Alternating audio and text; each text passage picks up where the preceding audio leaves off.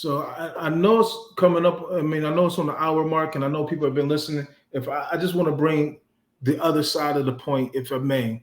Go ahead. Most definitely close it out. Listen, there's several prominent women in the scriptures. I just want to bring out a few. Our mother Sarah. Listen, when it came to the fact of, she said that Ishmael and his mom will have no part in the inheritance. She told her husband they're not going to do this. What did the Most High tell Abraham to do? Listen to your wife. Listen to your wife. Same thing with Rebecca. She was grieved by Esau and his wives. She went to her husband, said, "Listen, do not allow our son to marry these Canaanite women." What did Isaac do? Made his son swear an oath to not marry these women that were Canaanite women. Does that make sense? Mm-hmm. Miriam, you look at Miriam, she's a prophetess. She began to prophesy and speak after crossing the Red Sea. You can reference Exodus 15 and 20. We're talking because the brothers is quick to say, "Suffer not a woman to preach or speak or teach," or "you need to be quiet." But the scriptures are full of women who were giving their husband wise counsel, and wise counsel or giving you instruction at the opposition of sometimes as men we don't make sound decisions. A wise counsel, it helps us get right back on track because she knows she's praying for you. She knows where the Most High is taking you because this is what you all commune with and talk about. That's why the word says a threefold cord is not easily broken. She's meeting you at the Most High. You're at the Most High, and the Most High is in the middle. Your woman, as she's led by the Spirit, is keeping you on track. Another woman, Deborah, Judges 4 and 4. That was a woman of God. Huldah. She was part of the council in Kings and Second Kings. Huldah was a prophetess, part of the council in Second Kings. Nehodiah, Nehemiah 6 and 14. Also, I think when you look at Isaiah 8 and 3, the wife of Isaiah the prophet, his wife was a prophetess. That's in Isaiah 8th chapter.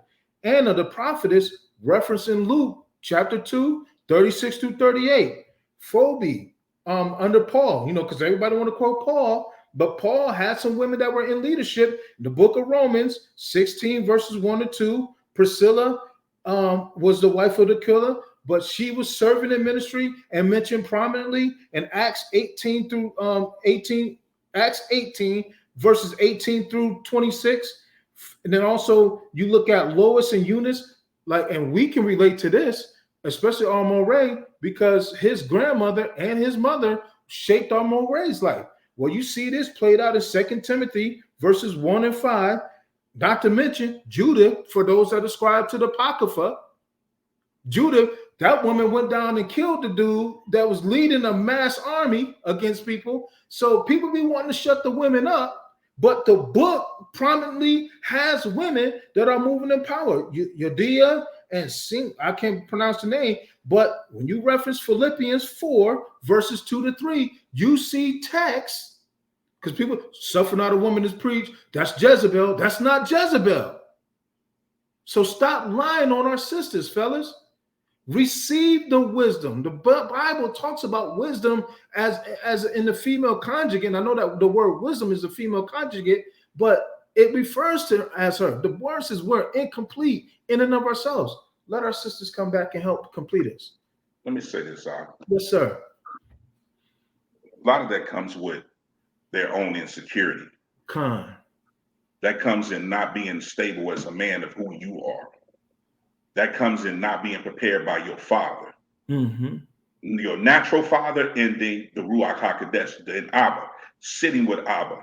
That's because good. When you sit with Abba, he's going to teach you about the woman you got. He's going to teach you how to build her, to make her. If she sits at the feet of Abba, she's going to know how to take care of you. A righteous woman going to know how, because she's going to double my years. Mm-hmm. See, the problem is we got too many people that know the word but don't have the Ruach, and we picking stuff by our flesh. We picking stuff by our emotions, how it feels, how it goes. Then when you wake up a year later, it's not how you feel. because y'all didn't purpose and he didn't put it together. So now you're dealing with something. Now you're dealing with something. So if a man doesn't take this word on and takes time to spend with the Most High, he won't know what he's getting into.